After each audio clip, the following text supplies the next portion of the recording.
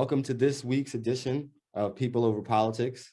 It's election season, right? So we have the primary election in the great state of Maryland, the Free State, and we have a lot of people on the ballot. And so this is why I've been having candidates come on at one after one, because I want you to be able to hear their story. I want you to be able to listen to their responses, but also gain more interest in learning more about these people. And today we have a very special guest, somebody who's running for governor of the great state of Maryland. He is currently our comptroller, and he has been our comptroller for 16 years, and also served in the House of Delegates as well. So, thank you for joining. Thank you for joining us today, Comptroller Franchot. Martin, it's a pleasure to be with you, and those twin boys you have are going to be a joy in the future. So even if they give you some headaches these days, it's all good down the road. And congratulations on your success as a council member in Laurel. I appreciate it. I appreciate it. And, I know that, you have a lot of things that you want to do for Maryland, but, just for people who don't know about you, tell them a little bit about yourself, give them your elevator pitch on, who you are. Sure. People know me as the comptroller. As you said, I've been comptroller for 16 years. And, but people may not know that years ago, I dropped out of college to work against the Vietnam War back in 1968. And the Democrats, Lyndon Johnson and others, were waging this unbelievable war. I called it a rich people's war fought by poor people. So there was a huge mass movement against it nationally. The times have changed, obviously, currently. But so I dropped out of college and worked for Jane McCarthy up and down the East Coast, organizing college campuses. And lo and behold, Senator McCarthy actually scared Lyndon Johnson out of the race. And but I received a draft notice in July of 1968 and ended up going to boot camp in Fort Jackson, South Carolina. It was the best darn thing that ever happened to me because I was young and somewhat clueless. And I got a little bit of seriousness from my drill sergeant who knocked the rough edges off me, I guess. Anyway, I did my Army duty. Then I went back to college, went up to in New England, did environmental community organizing work, and then went to law school. Came down to Maryland when I was hired by the Union of Concerned Scientists to lobby against nuclear power down here in Washington. Okay. And I give that kind of detail because people don't realize I come out of the public interest movement. I come out of the movement where, people, rather than political gain, political advancement, political power. I come out of the movement where people matter. And that's the community organizing sector of our country. Sure. Anyway, I got hired by Ed Markey, a young congressman then. Now he's a senator from Massachusetts and one of the authors of the Green New Deal. Oh, I didn't even know that. Oh, that's cool. I worked as the staff director for 6 years. And, he recently endorsed me based on the Green New Deal. And I was delighted to get that. But then I served 20 years in the legislature, as you said, all of it on the Appropriations Committee, 16 years as comptroller. I've been married for 42 years to a wonderful woman, Ann Marr, who we have 2 grown kids, both of whom are married, both of whom are in finance and make a huge amount of money compared to me and you, Martin. And they've given us 3 grandkids. We have a beautiful daughter-in-law, a beautiful son-in-law. And I consider my family connection more important than my professional accomplishments. For example, I've been in elected office 35 years with an office in Annapolis that whole time. I've never slept a single night in Annapolis. Most politicians or elected officials, stay late for social occasions, etc. But even Signy died. We gotta. Even Signy died. Wow. Okay. And I did that out of that's what I wanted to do, but I also see it in retrospect. I see it as a confirmation that I was, held my family above my professional accomplishments. So sure. There you got it in a nutshell. I'm I'm a Democrat. I love the party. I love the policies and values of my party, but I'm not a robot. Nobody tells me what to do. I'm unbought and unbossed, and that's a good thing because you want to keep your independence as an elected official. You don't want to have someone walk in and just because they're in a higher office than you are, order you around to do things that may or may not be good for the state. I always just say, look, I don't really care if it's a Democratic, well, my agency, I say, I don't care if it's a Democratic tax return or Republican tax return. They're just tax returns. Same thing with policies. Is the policy good for the state of Maryland? Is it good for ordinary people? Is it going to relieve some burden, or is it going to produce some prosperity? It's okay if it's a Democratic idea. It's okay if it's a Republican idea. But it's got to be a good idea for the state of Maryland, and that's kind of my brand. Thank you for asking. And that's fair. You know, I like to brand myself as you know, somewhat people oriented, right? I don't want to use the term progressive because progressive is an ambiguous term, you know, depending on who's using it and what issue we're speaking about. But I completely agree that, like, you know, you need to work with, you know, all people, right? So just because it's a Republican idea doesn't mean you should shoot it down, or just because it's a Democrat idea doesn't mean you should shoot it down. One of the things that I commonly say is I find that in the state legislature, when we have like a Republican governor, it forces like the Democrats to juxtapose themselves and actually, you know, be more radical, quote unquote. Because of course, when we have a Democrat in the governor's office, like a lot of their temperaments are mild and, you know, they're not as radical. So couldn't be more in agreement with you. And people have come to me over the years and said, can't you get into more of an argument with Governor Hogan on the Board of Public Works where I serve? We meet every 2 weeks. And, you know, the key thing here is that we can disagree without being disagreeable. We can communicate with each other as rational, functioning adults who are mature and can give our views on an issue. We don't have to demonize all the time. We don't have to crush politically. We don't have to push our weight around. And politically, and as a kind of power move, we can you know, just assume that everybody in Maryland is just like us. We care about our families. We care about our state. We love our state. And, you know, assume that they have kids like you have kids, Martin, and I have kids. And I have grandkids. They want the best for their kids and grandkids, just like we do, even if they're on the other side. So why not lower the temperature a little bit? Sure. Nationally, you can't do that. Nationally, it's like tribal warfare. Democrats and Republicans. I'm more polarized. Sure. Yeah. So there you go. I think you're onto something good there, and I encourage you to keep that. Well, you started to talk about the Board of Works. This, of course, some people who watch this are in politics. Some people are not in politics. So just explain the Maryland Public Board of Works and, you know, some of the functions and roles of the board. Well, there are 3 members. The governor is independently elected, the comptroller independently elected, and then the treasurer elected by the state legislature, largely the House of Delegates, because it's a 1 delegate, 1 senator, 1 vote. And we meet every 2 weeks. We vote on every contract over $200,000 that the state of Maryland is entering into. And that usually comes out roughly around $440 million in contracts every 2 weeks. It goes like clockwork because the agencies bring these proposals. And I've become an expert. I've, you know, voted on over $90 billion in state contracts over 16 years, over 20,000 contracts. I scrutinize every one of them to see if they're inclusive and diverse, if they meet the needs of the state, whether they're a good deal for the state. Individually reduce the number of single bid contracts by 86%, because every time one comes up, I raise the question, how do we know this is a good deal for the state?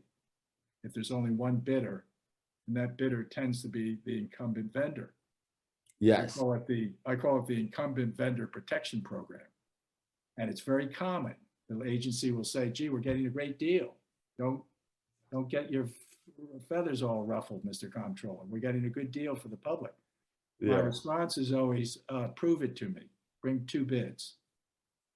That's fair. And when we're talking about the bidding process, it's something that I brought up at the local level. And, you know, it's a lot of business owners that have brought to me that, like, kind of the question of like, why as Maryland are we not meeting the MBE requirement for state contracts? Correct, because we allow them to have a waiver.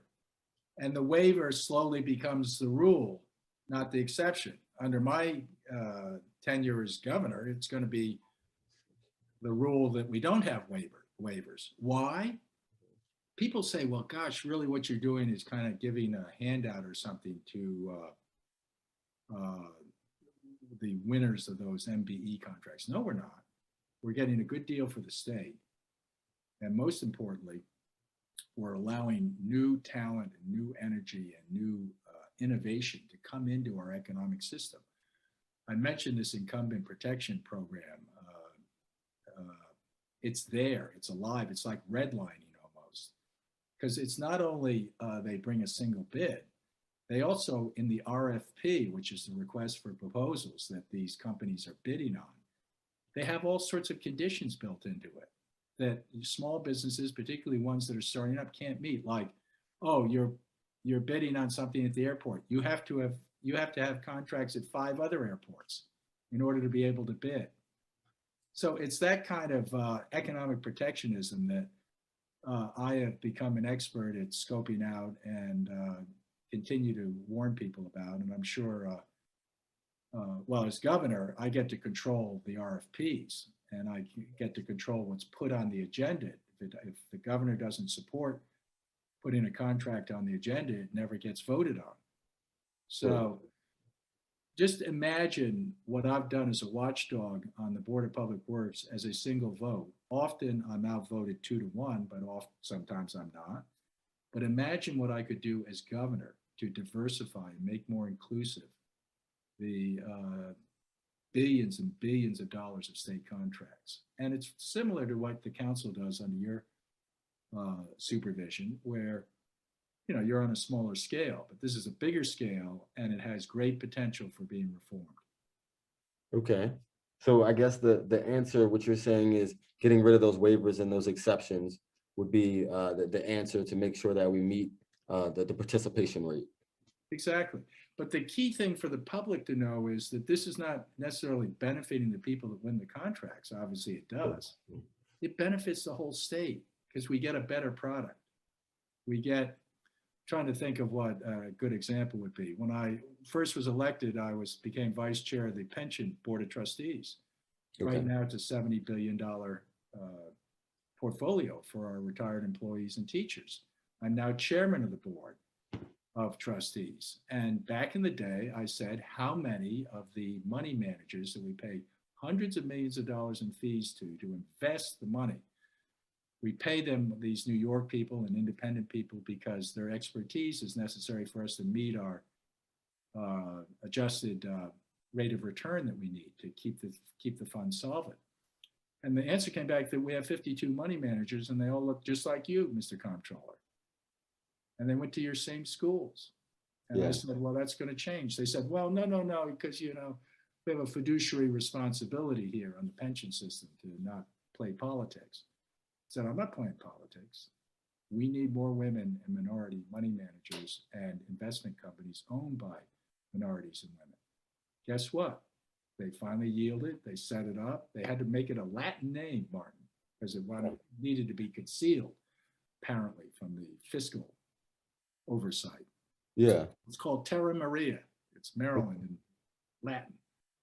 Well, we set it up. Now, 10 years later, over $12 billion of the fund portfolio is being invested by women and minority money managers and companies, particularly Black-owned investment companies. It's spread like wildfire all through the country, and there are hundreds of billions of dollars in programs that are similar to ours. The key that I keep educating people on is the performance of the new entrants because of the Terra Maria program is better than the performance of the incumbents they replaced. That's the key for everybody in the state to know why diversifying and being more inclusive is so important. Yeah. It moves the whole state. That's true. That's true. And I will give you, credit to being a mouthpiece where needed. I remember when COVID happened and, your camp was advocating for, I think it was a COVID relief. And so, I happily helped out with that. And I believe we didn't get as much money as we would have liked for the people, but I do remember you advocating for that. People over politics, but giving, for example, I'm still advocating $2,000 survival checks for 500,000 Maryland families. We have the money, it's affordable, it's about $1 billion. When you put it in, and I can deliver it within 2 days into their bank accounts because they're all in my database. When you do that, you obviously supply relief to families that desperately need it. You know, they're trying to decide, do I buy a gallon of gas or a gallon of milk, or do I pay my rent, or do I get some medicine? Everybody, there are a lot of people that are really burdened right now, particularly with inflation. But so that helps them, and it's good. It's helping people over politics, I guess. Of course, of course. But here's the key: it helps the entire state economy because it's spent almost immediately, and there's a multiplier effect as it's spent quickly, and it buoys all the small businesses and other resources in the state where it's spent. So done correctly, limited, pragmatic, affordable, fiscally vetted, this type of relief is beneficial for the people that receive it, but also beneficial for the whole economy, which benefits everybody. I can disagree with that. And I feel remiss to ask, because I asked pretty much every statewide candidate I had, would you be open to supporting giving currently incarcerated prisoners the right to vote? And let me be clear, we're not talking about people who are awaiting trial or have completed their sentence. We're talking about currently, in jail or prison. Sure, we need more participation. And when these are returning citizens, Unequivocally. You said unequivocally. I love it. You said I don't understand. I don't think people understand that we desperately need new people in the economy. So returning citizens, they need to be part of a team that the state and the counties and the municipalities can help form, where they're part of something that says to them when they come out, we're going to help you with a job, we're going to help you with shelter, we're going to help you with food, we're going to help you with getting settled. And in return, we need you to participate in the economy, because right now we're really lacking in workforce. And I'm intending to recruit thousands of young people, young adults to the state and retain ones who are here by saying, if you live, work, and pay taxes for 5 years in Maryland, we'll forgive your student loan. That's a big incentive. But why am I doing it? I'm doing it so that everybody will benefit from a more robust, prosperous economy. That's right now we have an older population and it's retiring, and they're going to pay a lot less in taxes because they have a lot less revenue. Yeah. We need young people to win the economy of the future. Thank you. And that's great. You were talking about the student loan, and I know that one of my friends, I was discussing that.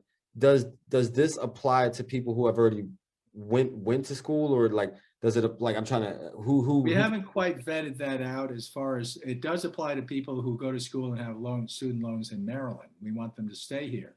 Okay. But when the starting point, we can't make it retroactive necessarily, but we can open it up a little bit so that it has the proper effect. And I'm also interested in 300,000 new homeowners by the state stepping in and guaranteeing for people that have incomes. It's not people that are just without any means of support. These are folks that have income, but they can't pay a 20% down payment for a high-risk mortgage. And I think that the state can step in and make it a low-risk mortgage by guaranteeing it, not by fronting any money or anything. And then secondly, can lower the interest amount from, say, 5% down to 2%, and allow 300,000 folks that are low wage earners, but they have income and they have some savings to own a home. And what's key about that, it's the same thing of having something of value, something of wealth at the end of your career that you can pass on to your kids. Yeah, I mean, I completely agree, and I appreciate that response. And of course, one of the topics that I always talk about. Some people might call me the cannabis councilman. The next governor is going to be responsible for what cannabis looks like in the state of Maryland. So what is your vision, and will we do right by Black people, especially in terms of equity? Yeah, we're going to invest some of the profits back in the communities that have been penalized because obviously there's been a disproportionate impact. And You have faith. You have faith because I'm wishy-washy. I'm wishy-washy with Maryland and we're going to do right. But you have faith in the. no, I'm absolutely convinced we're going to do the right thing, particularly if I'm governor, and because I'm going to have a secretary of diversity, inclusion, ownership, and someone that sits right with me at the cabinet level and is in charge of monitoring every state program and every state agency. And this is one where promises have been made, not kept, and we need to make sure that it's a program that is adequately vetted and monitored and paid attention to. And obviously, it needs to be regulated. I mean, we need to have safety involved in it. And I'm not suggesting that it's a little bit like the promises that were made. Remember when gambling came in, they said this is going to fund education. Oh, the lockbox, sports betting, really anything. Yeah, it's like slots for tots is what they called it, and everybody rallied around it. I opposed it because I thought it was a fairy tale. It turned out to be a fairy tale. The money didn't go to education. It was kind of replacement money. It took a long time to sort it out. Now it's in a little better shape, but it was never and still isn't completely slots for tots. And slots, as everybody knows, is a very regressive form of funding state government because it relies upon gambling addiction in order to get the kind of funds that are necessary to amount to anything as far as education. So it's got some real social ills, and I think marijuana needs to be regulated from a health standpoint.